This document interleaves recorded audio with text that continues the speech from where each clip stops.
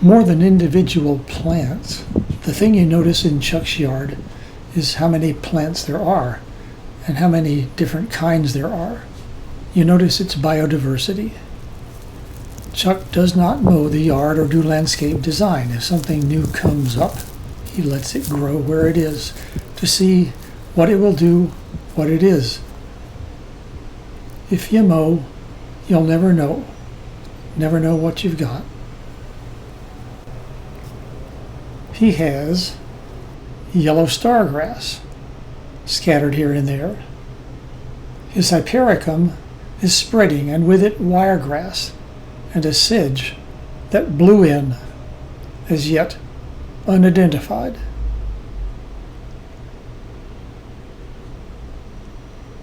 Suddenly this spike appeared, maybe from something he planted a while ago. Is it part of the voodoo lily next to it?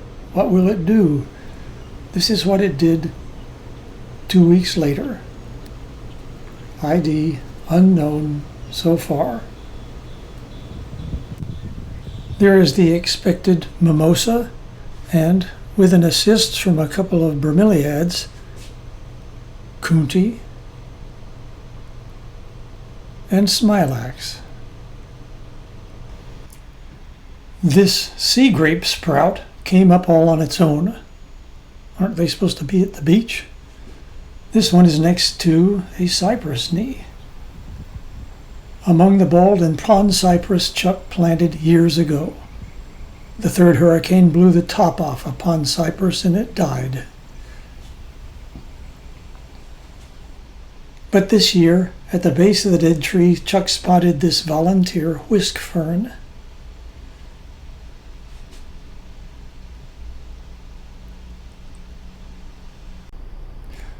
Climbing up this rose to get sun is a clematis, but which?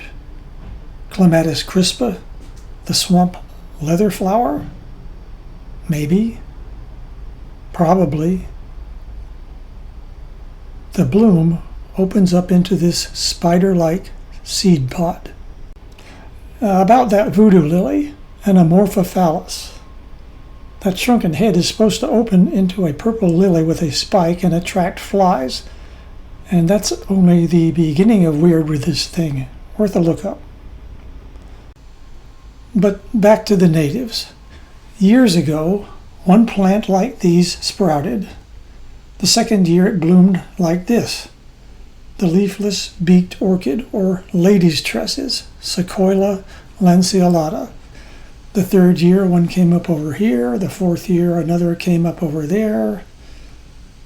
There are now over 40 in Chuck's yard. Threatened statewide, lanceolata can be found in roadside ditches and hydric hammocks. Tillandsia utriculata, or wild pine, may be endangered in the state, but not in this yard. A year before Chuck moved this salvage reticulata to this red cedar, Roux put it by this boxwood to take its picture. It stayed there for a year. The boxwood looked like this at the time. A lot of resurrection fern on it, which was kind of cute. A couple of years after Chuck moved the Tillandsia, the boxwood looked like this. It had babies.